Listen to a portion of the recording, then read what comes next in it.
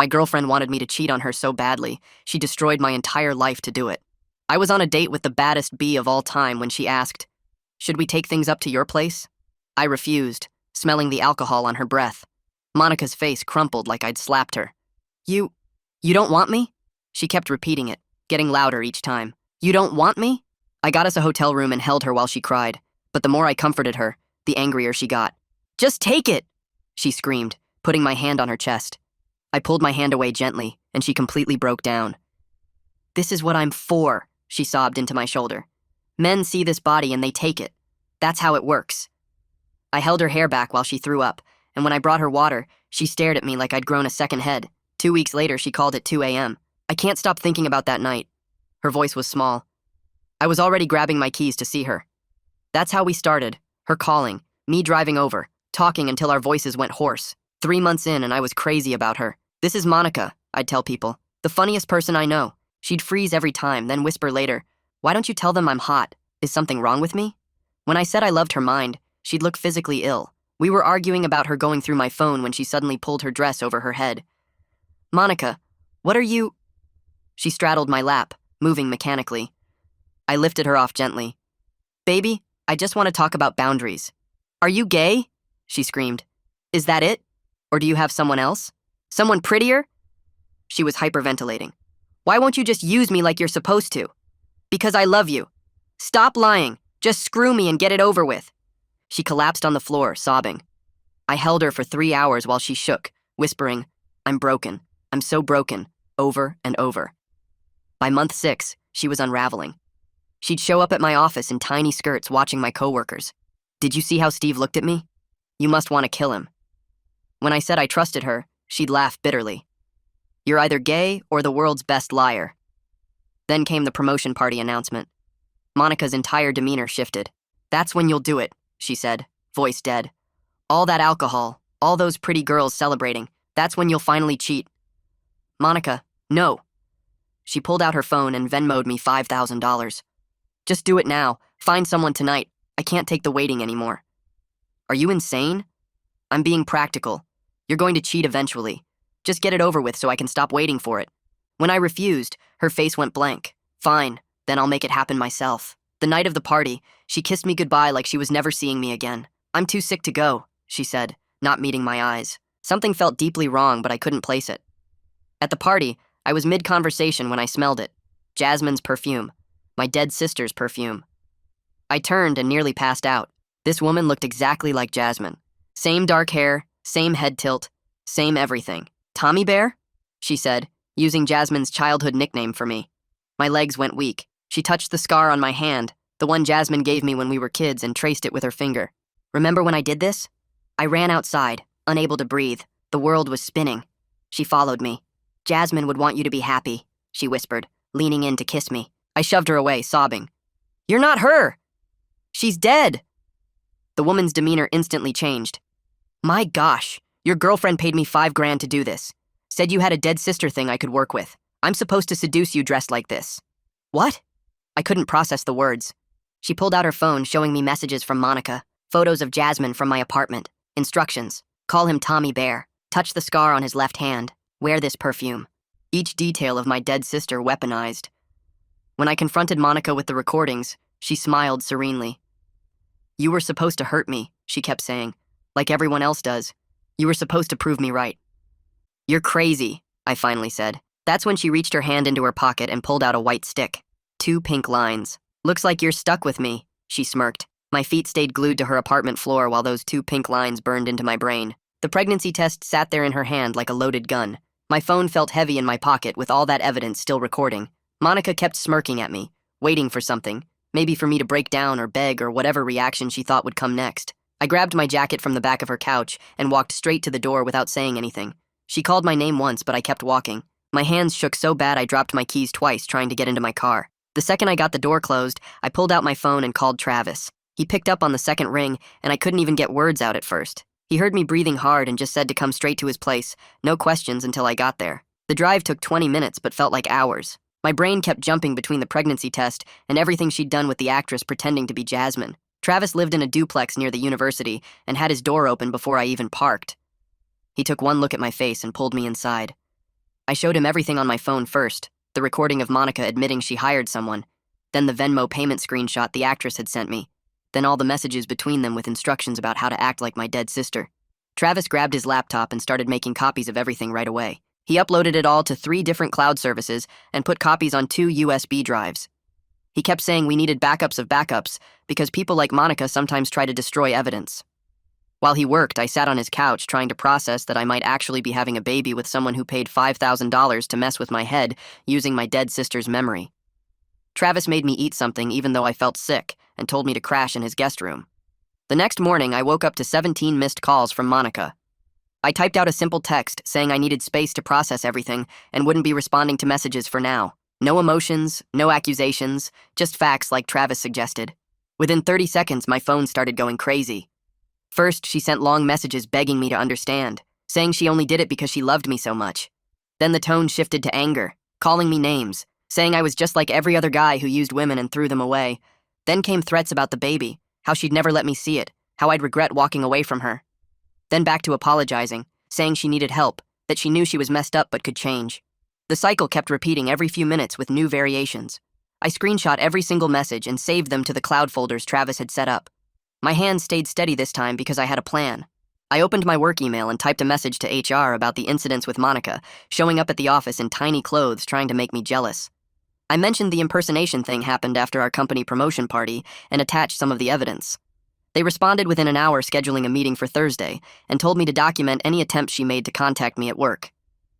Travis sat with me at his kitchen table searching for therapists who dealt with this kind of stuff. He found Leilani Gonzalez, who had amazing reviews and specialized in manipulation and trauma recovery. Her website said she'd worked with people who'd been through emotional abuse and stalking situations. I called her office and explained it was urgent. The receptionist heard something in my voice because she found an emergency slot 2 days out. That night, I went back to my apartment and sat alone with a box of old photos. Jasmine smiled up at me from our last Christmas together, making bunny ears behind my head while I tried to look serious for the camera. She used to call me Tommy Bear when we were little kids and always traced that scar on my hand she gave me when we accidentally broke Mom's vase and both grabbed for the pieces. The fact that Monica had studied these photos, memorized these details, and then paid someone to use them against me made me run to the bathroom and throw up. I stayed on the bathroom floor for an hour just trying to breathe normally. The next evening, I heard the buzzer for my apartment going off over and over. The intercom showed Monica down at the building entrance pressing every button trying to get someone to let her in. Some idiot on the 3rd floor buzzed her through without asking who it was. I heard her footsteps running up the stairs, and then she started pounding on my door screaming my name.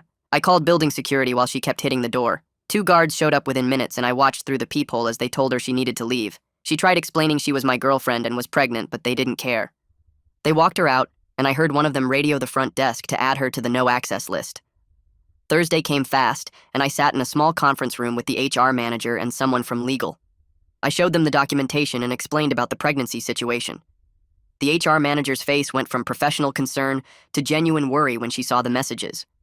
The legal person took notes about everything while I talked. They said they took this seriously and would immediately restrict her building access and alert security at all entry points. They promised to keep it confidential from my co-workers, but said I should tell my direct manager just so he understood if I needed flexibility for legal or medical appointments. My first session with Leilani was 2 days later in a small office that smelled like vanilla candles. I told her everything from the start, the hotel room, how Monica kept testing me, trying to get me to treat her bad. I explained the constant tests, the times she'd strip naked during arguments, the way she'd accuse me of being gay when I wouldn't just use her body. When I got to the part about the dead sister thing, Leilani stopped taking notes and just stared at me. She said this wasn't normal relationship problems, but serious manipulation that could get worse. She helped me write a message to send Monica saying all communication had to go through lawyers now, except for medical emergencies about the baby. I asked for proof of pregnancy from a real doctor and said I'd need a paternity test.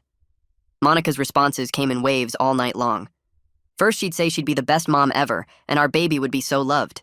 10 minutes later, she'd text that I'd never see the baby and she'd make sure the kid hated me. Then she'd apologize and say she was just scared. Then back to threats about taking the baby away forever. I forwarded everything to a special email account Leilani told me to make just for keeping track of all this stuff. Travis's dad knew a family lawyer named Keith McNamara who'd handled some rough custody cases before.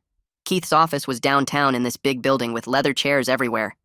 He explained we could ask for a prenatal paternity test that uses the mom's blood to check DNA. He said given what Monica did with hiring someone to pretend to be my dead sister, we had good grounds for a restraining order. Keith called my building management and my job himself to make everything official with the safety stuff. Having real legal papers on file made me feel like I had some control back, even though my hands still shook sometimes. Monica started posting weird stuff on social media about deadbeat dads and toxic exes who gaslight pregnant women. She never used my name, but people who knew us both started messaging me asking what was going on. I had to be super careful not to say anything that would mess up the legal stuff Keith was working on. HR scheduled another meeting where they went over all the new safety rules. Security had Monica's picture at every entrance, and reception knew to call me right away if she showed up. They moved my desk to the back of the office, away from where visitors could see me. My boss pulled me aside after and said he understood this was hard, but I could tell people were looking at me different now. Keith wrote up a cease and desist letter that talked specifically about the impersonation thing and all the harassment. We sent it certified mail so we'd have proof she got it, and couldn't say she didn't know about the legal boundary we were setting. 3 days after she got the letter, Monica texted asking if we could meet at a prenatal clinic for the first appointment. She said maybe we could work things out if we just talked. I called both Leilani and Keith before answering. They said I could go, but only at the medical place with staff around and no meeting anywhere private. At the clinic, I got there early and checked in at the front desk. The nurse took me to a room and said Monica was already in another room doing paperwork. I stayed calm and kept everything businesslike when they brought us both to an exam room. I told the doctor we needed an NIPT test done to establish paternity, along with the regular pregnancy stuff. The doctor nodded like she'd seen this before and explained the test would take blood from Monica and could tell us the baby's DNA. I made it clear all results had to be sent to both of us at the same time through the clinic's online portal, so nobody could hide anything. Monica's face went red and she started breathing heavy, but with the doctor and nurse there, she couldn't start screaming at me. The nurse drew Monica's blood while I sat in a chair by the door ready to leave if things got bad. When it was done, I left through a different exit the staff showed me while they kept Monica in the room for more paperwork. 10 minutes later, I heard yelling from inside the clinic, and then the door slammed so hard the windows shook. Monica came storming through the waiting room with her face all red and twisted up. "You're calling me a liar!" she screamed at me in front of everyone. The other patients pulled their kids closer and looked away. She grabbed a magazine from the table and threw it at my head, but I ducked. "I can't believe you need a test to prove this baby is yours." The receptionist picked up the phone and I knew she was calling security. Monica kicked over the trash can by the door and papers went everywhere. "You think I'm some kind of slut who sleeps around?" 2 nurses came out from the back and stood between us. One of them put her hand on Monica's shoulder real gentle and said they needed her to calm down or leave. Monica shoved the nurse's hand away and pointed at me. This is what men do when they don't want to take responsibility. The security guard showed up and Monica saw him and backed toward the exit. "Fine, I'm leaving." She looked right at me with tears running down her face. "You'll be sorry when that test proves you're the father." She slammed out the door, and I could hear her screaming in the parking lot. The nurses looked at each other, and one of them shook her head. The receptionist came over and touched my arm. "We see this kind of thing more than you'd think." She handed me some papers about support groups for people in difficult custody situations. I sat in my car for 20 minutes before I felt okay to drive home. 3 days went by, and I was checking my email at work when I saw a message from someone named Anastasia Meadows. My hands started shaking when I read the subject line that said, "I'm so sorry about what I did." I opened it, and there were screenshots of Venmo payments from Monica for $5,000. There were text messages where Monica sent her pictures of Jasmine from my apartment, instructions about calling me Tommy Bear and touching my scar and wearing that specific perfume. Anastasia wrote that she felt terrible once she found out Jasmine was really my dead sister. She said Monica told her it was just a role-play thing I was into. She attached everything including voice memos where Monica was coaching her on how to act. I forwarded all of it to Keith right away and called him. "This is huge," he said when he answered. "This proves premeditation and emotional abuse." He told me to send it to HR too for their file. I did that and got a response within an hour saying they were adding it to my case. Keith said this would help a lot if we needed a restraining order or had to fight for custody later. That Thursday, I had my regular appointment with Leilani and showed her the emails from Anastasia. She read through everything while I sat there picking at a loose thread on the couch. "You know what pattern I'm seeing here?" she asked after a while. I shook my head. "You keep trying to save women who seem broken." She pointed out how I stayed with Monica even after all the red flags, how I kept trying to help her feel better about herself. "This might connect to Jasmine," she said carefully. I felt my chest get tight. The car accident that killed her, you couldn't save her from that. I started crying and couldn't stop for 10 minutes. Leilani handed me tissues and waited. "It's not your job to fix everyone," she said. That night, my phone buzzed with a video message from Monica. She was crying in it, mascara all down her face, saying she was sorry. She said she knew she needed help and wanted us to try couples therapy. She kept saying she loved me and just got scared sometimes. I watched it 3 times, then saved it to the special folder Leilani told me to keep. I wrote down the manipulation tactics Leilani taught me to spot, like love bombing after bad behavior and making herself the victim. I didn't text Monica back. 2 days later, I came home from work and found a package outside my door with no return address. Inside were printed photos of Jasmine that I knew came from my apartment. There was one from her high school graduation and one from Christmas 5 years ago. A note in Monica's handwriting said, "She would want you to forgive me." My hands were shaking so bad I dropped the photos. I called 911 right away and told them about the harassment. The officer who showed up was this older guy who seemed tired. He looked at the photos and the note and wrote stuff down in his notebook. "Without a direct threat of violence, there's not much we can do right now," he said. I showed him all the other documentation on my phone. He took pictures of everything and gave me a case number. "Keep documenting everything," he told me. "If she escalates, call us immediately." After he left, I put new locks on my door, even though my lease said I wasn't supposed to. At work, the next few days, people were acting weird around me. Some of them looked at me with pity like I was some sad story. Others whispered when I walked by like they were trying to figure out what I did to cause all this drama. Steve from accounting asked if everything was okay, and I just said it was complicated. My productivity was down, and I knew my boss noticed. I just kept my head down and tried to get through each day. Then HR called me into a meeting and showed me an email Monica sent directly to my boss. She claimed I was coercing her and abandoning our baby. She said I was using my money and connections to bully a pregnant woman. My boss was in the meeting too, and he looked uncomfortable. I pulled out my phone and showed them everything, including the new emails from Anastasia and the police report about the photos. HR said they'd already concluded their investigation in my favor, but wanted me to know about this new attempt. They asked me to forward them any other communication from her. That weekend, Travis came over, and we spent 2 whole days organizing everything into a timeline. We printed out every text, every email, every social media post. We put sticky notes on everything with dates and times. Travis helped me write descriptions of stuff that wasn't documented, like the times she showed up at my office. We found witnesses who could back up different incidents. The receptionist at my building who saw her get escorted out. The nurse from the clinic who saw her meltdown. By Sunday night, we had a binder that was thicker than a phone book. Travis looked at it and shook his head. "This is insane, man." I stared at all that evidence of the last few months of my life. Page after page of someone I loved losing their mind and trying to destroy me. The pregnancy test results would come back soon, and then things would get even more complicated. Monday morning, Keith called saying we needed to file for an emergency protective order right away. He came to my apartment with the paperwork already filled out. We attached copies of everything, including the photos of Jasmine she'd left at my door. Keith said the hearing would be next week, and I'd have to face her in court. My hands shook signing the papers. He drove them to the courthouse himself that afternoon. By evening, my phone was blowing up with notifications. One of Monica's friends had posted this long rant on Facebook about me. She called me an abuser using money and lawyers to control a pregnant woman. She said I was abandoning my baby and trying to silence the mother. People I hadn't talked to in years were commenting and sharing it. Travis saw it and wanted to respond, but Keith told us not to engage at all. I had to watch my reputation get destroyed online while staying silent. The next day, Travis came over to talk about practical stuff. He said I should think about moving apartments since Monica knew where I lived. He showed me listings for places across town with better security. He offered to let me stay at his place for a while. I needed to keep some normal routine, though, or I'd go crazy. We made a list of new routes to work and different grocery stores to use. Travis helped me change all my passwords and set up new email accounts. That Thursday, Leilani had me do something really hard in therapy. She wanted me to write a letter to Jasmine that I'd never send. She said I needed to take back my memories from what Monica did. I sat there for 20 minutes just staring at the paper.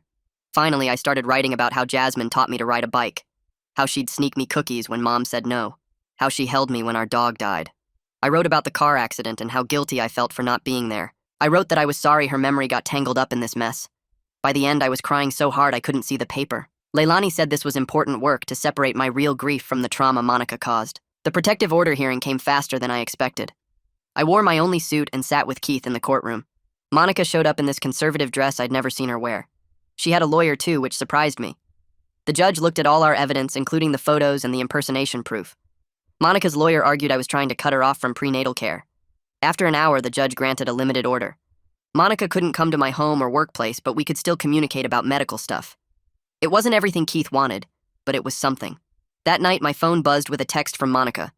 She said she'd do the paternity test, but only if we met privately first to talk. She said we needed to work things out for the baby's sake. Keith read it and said this was classic manipulation. He helped me write a response saying all medical appointments had to follow clinic protocols. I sent it through the parenting app we were supposed to use now. 2 hours later, the messages started coming. Monica sent text after text saying she was going to hurt herself. She said it would be my fault if something happened. She sent photos of pill bottles and said she couldn't take this anymore. My first instinct was to drive over there. But Leilani had prepared me for this exact situation. I forwarded everything to the police crisis line instead. I didn't respond to her at all, even though my stomach was in knots. The crisis team called me back saying they were sending officers to check on her. I stayed up all night waiting to hear what happened. Around 3 in the morning, the officer called saying they found Monica upset but safe. She didn't have any pills or weapons. They gave her information about mental health services and left. I felt sick knowing she was struggling, but also relieved I hadn't gone over there. Leilani said I did the right thing by letting professionals handle it. At work that week, HR finally finished their investigation. The head of HR called me into her office with my boss there too.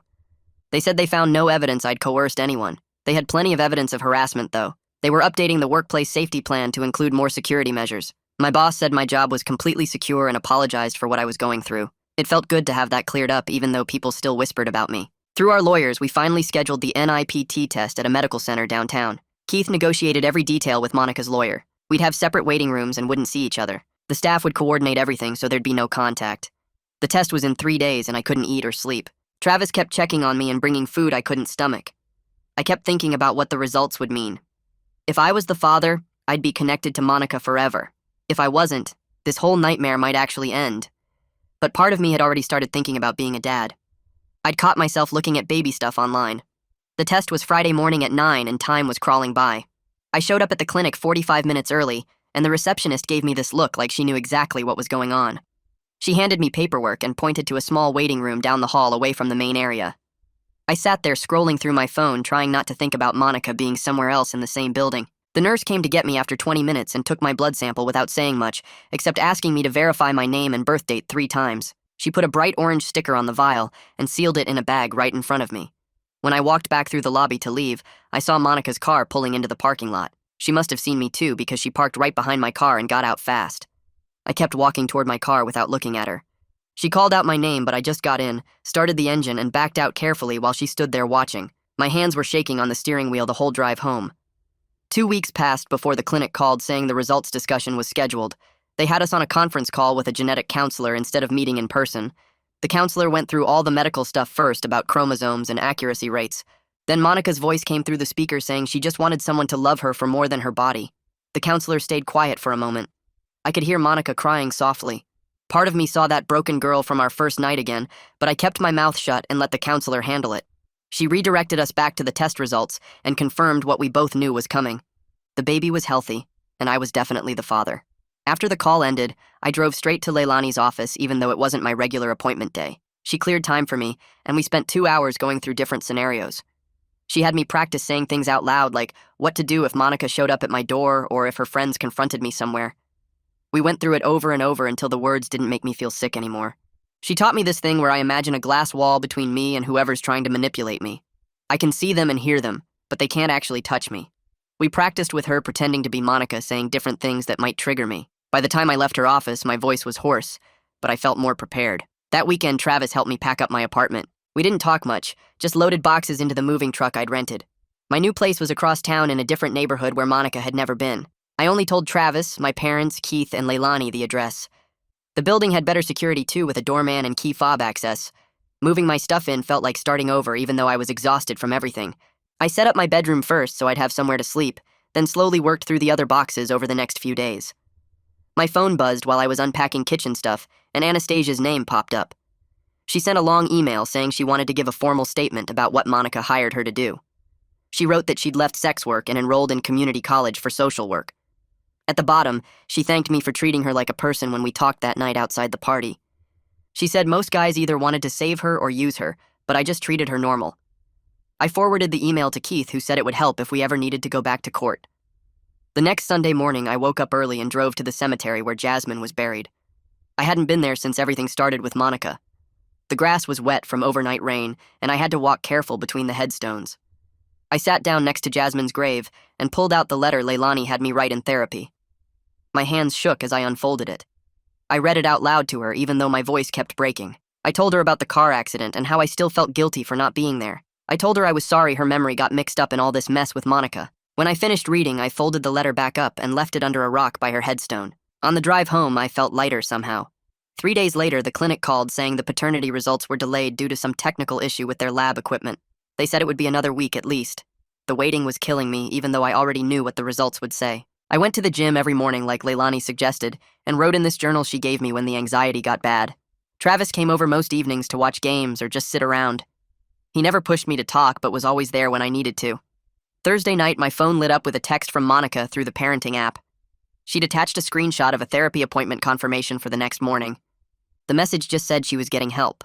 I stared at it for a long time, not sure how to feel. Part of me hoped maybe she really was trying to get better, but I didn't respond. Keith had been clear about keeping communication minimal and only about necessary stuff. Friday afternoon, Keith sent over a draft of a co-parenting agreement. It was 15 pages long, covering everything from pickup times to decision-making about medical stuff.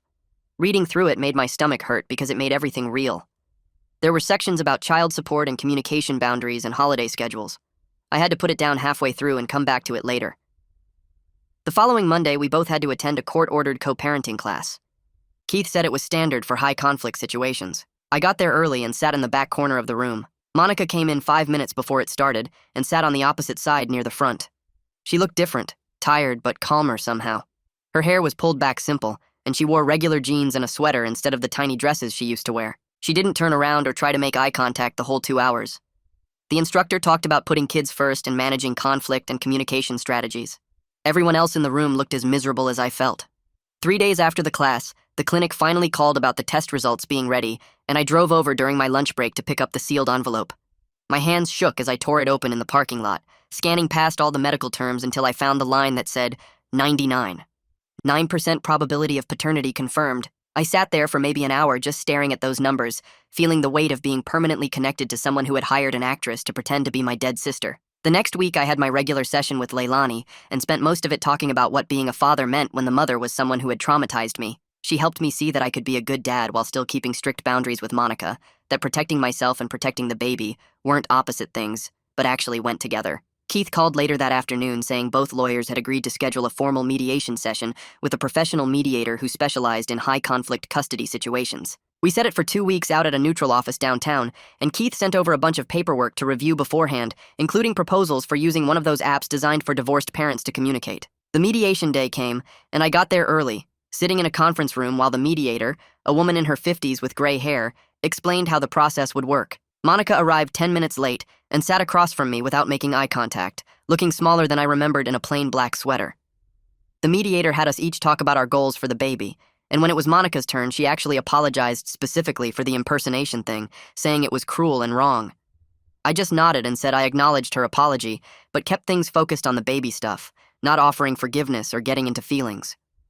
We spent 3 hours going through everything from pickup schedules to medical decisions to holiday arrangements, the mediator writing everything on a whiteboard. By the end, we had agreed to be co-parents only with zero romantic or sexual contact, all communication through the app except for medical emergencies and split custody once the baby was old enough.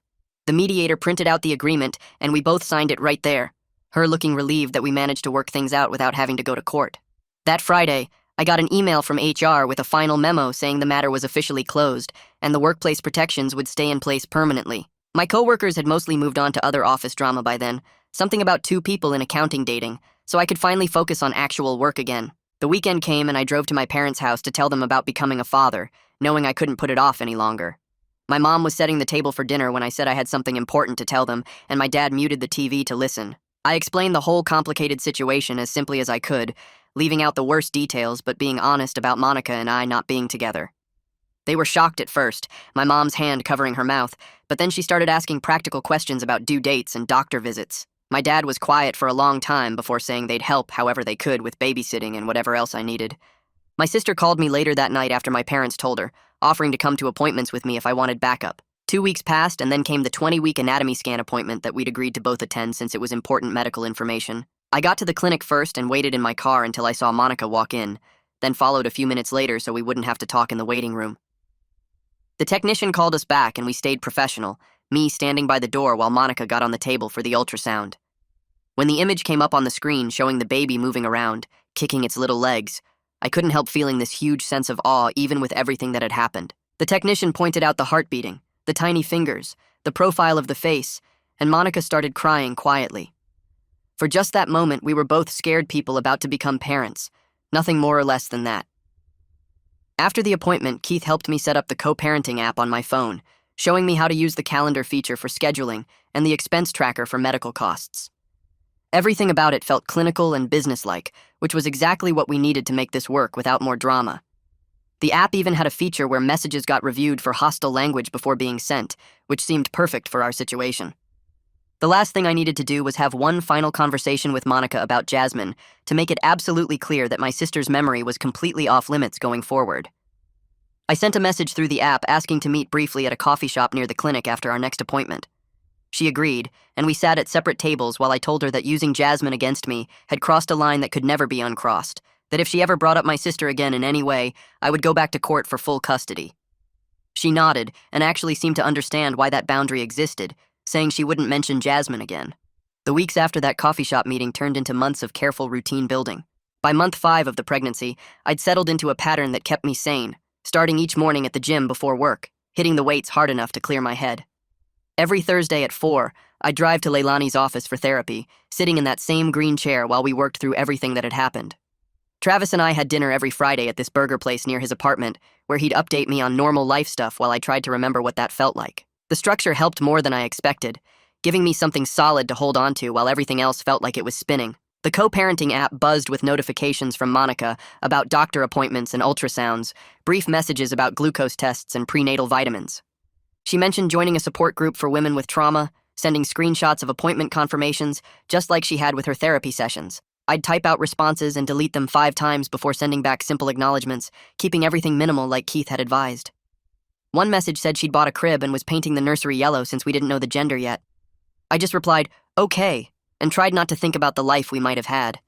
Saturday morning, I sat at my kitchen table with a blank piece of paper, writing another letter to Jasmine about becoming a father.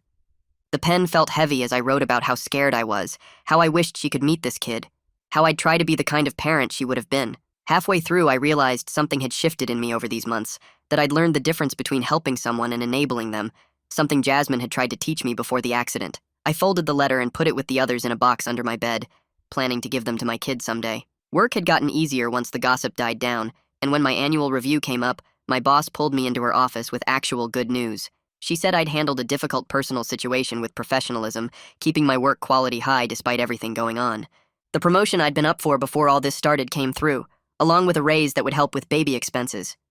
I signed the paperwork feeling something close to normal for the first time in months. That evening, my phone buzzed with an email from Anastasia, the woman Monica had hired to impersonate Jasmine. She wrote that she'd started taking classes to become a social worker, said this whole experience had opened her eyes to how many women were stuck in bad situations. She thanked me for treating her like a person that night, instead of just another problem to deal with, said it meant more than I probably realized. I read it 3 times before deleting it, not sure how to feel about any of it.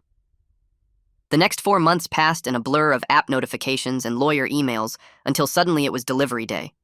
I got the call at 2 in the morning that Monica was at the hospital, and I drove there following the plan we'd agreed on months ago.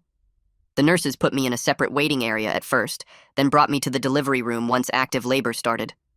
Monica was focused on breathing through contractions, barely acknowledging I was there, which made it easier to just focus on what was happening.